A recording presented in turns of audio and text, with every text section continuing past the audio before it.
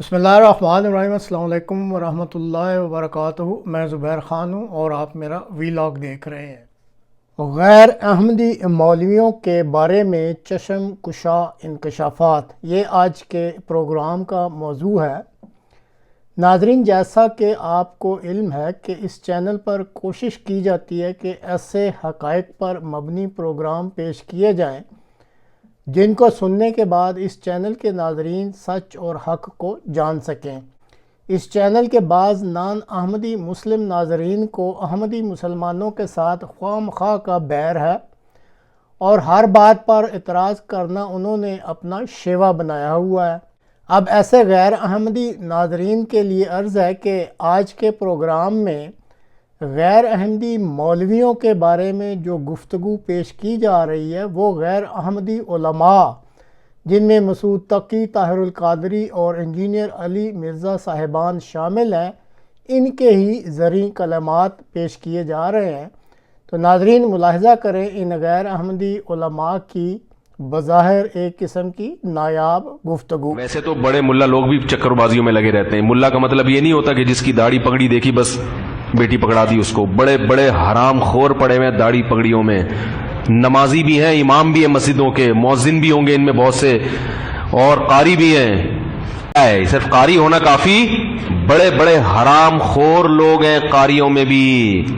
मदरसों के मोहतमिम में ऐसे लोग हैं कि मदरसा बना लिया उन्होंने, यतीम बच्चों को लाके बिठा दिया और उनके नाम पे करोड़ों रुपए का चंदा हो रहा है और हराम खोरों की बिल्डिंगें बन रही हैं गांव देहातों में। यहां नजर नहीं आएंगी आपको। यहां उसी तरह फटे पुराने कपड़े पहन के, पजामे पहन के घूमेगा। दिल करता है इसको देख के, बस मुंह देख के दिल करता है ज़कात दे दो इसको वक्त को। और ऐसी गांव में बिल्डिंगें बना रहा होगा हरामखोर। बड़े बड़े हरामखोर पड़े, दाढ़ी पगड़ी देखकर कभी किसी से मुतासिर ना हो, मदरसा देख के मुतासिर ना हो कि इतना बड़ा मदरसा, इतने यतीम बच्चे, चलो मैं भी पैसे दे दूं। मदरसों के नाम पे दुकानें चल रही हैं।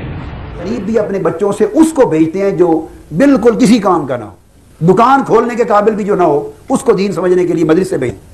आप जरा फैमिली बैकग्राउंड भी मुलाजा फरमा लें। फिर मदरसे में आया, 10 साल मदरसे में ज़कातें खा के वो पला, जुमरात की रोटियां खा के पला और रसीद बुक लेके चंदे और कुर्बानी की खाले जमा करता रहा। 10 साल इस माहौल में आया, कहां से था, पहुंचा कहां, तालीम तरबियत किस माहौल में हुई, और जब यहां से पढ़ के निकला तो सोसाइटी में फिर आगे कोई जगह नहीं सिवाय मस्जिद की इमामत के। जो पूरी की पूरी लाइफ जिस आलिम ने आगे देना था वो तो ये पसमानदा बन गई। पसमानदा जहन, पसमानदा माहौल, पसमानदा तालीम, सिवाय अब वो नूर बशर के झगड़ों के और हाजिर नाजिर है या नहीं, मिलाद करें या न करें, ये हराम है, ये हलाल है, हाथ छोड़ें या बांधें, रफ़ा दैन करें न करें, ये काफिर है, ये मुशरिक, तो वो इन्हीं में जंग नहीं करेगा तो और क्या करेगा? उसके पास और मैदान ही कोई नहीं इल्म की जुलानियाँ और जुलानी तबाह आजमाने को। अगर वो सियासी उलूम उसके पास होते, इकोनॉमिक के उलूम डेवलपमेंट उसके पास होती, कल्चर की डेवलपमेंट होती, वो तिब पढ़ रहा था, वो साइंस पढ़ता, वो मेडिकल पढ़ता, वो इकोनॉमिक्स पढ़ता, वो फिजिक्स पढ़ता, एस्ट्रोफिजिक्स पढ़ता, एस्ट्रोनॉमी पढ़ता, तो उसका एक IQ और उसका जो कंसेप्ट है वो बड़ा वसी हो जाता। तो फिर वो चूंकि इतना दूर एक दूसरे से ये इनको कर दिया गया होता है, 10 साल पढ़ते हैं और हर रोज मदरसा में उनके उस्ताद उन्हें फिरका वारियत के सिवा कुछ। पाकिस्तान में जो सबसे नॉन वायलेंट कम्युनिटी है वो कादियानियों की है। आपको कभी कोई इस तरह का रिपोर्ट नहीं मिलेगा कि उन्होंने किसी मस्जिद के ऊपर हमला करके मस्जिद को तोड़ दिया हो। हमें नहीं है इस्लामी हुकूमत चाहिए बरेलवी देवबंदी अहले हदीस मौलवियों की। तौबा तौबा तौबा, ये तो काट देंगे एक दूसरे को। बिल्कुल। अगर कोई कादियानी या गैर मुस्लिम हो और वो हमारी कंट्री के लिए नोबेल प्राइज जीत के लेके आए तो उसका बाइकआउट करना सही है, जैसे कि अब्दुल सलाम साहब का बाइकआउट किया उलमा ने, क्योंकि वो कादियानी है इसलिए। देखिए, उलमा के तो अपने प्रॉब्लम्स हैं। उलमा 2 नंबरी के ऊपर चल रहे हैं। चाहिए तो इनको ये कि ये सिर्फ अब्दुल सलाम का बाइकआउट ना करें अगर ये उसूल पे चल रहे हैं।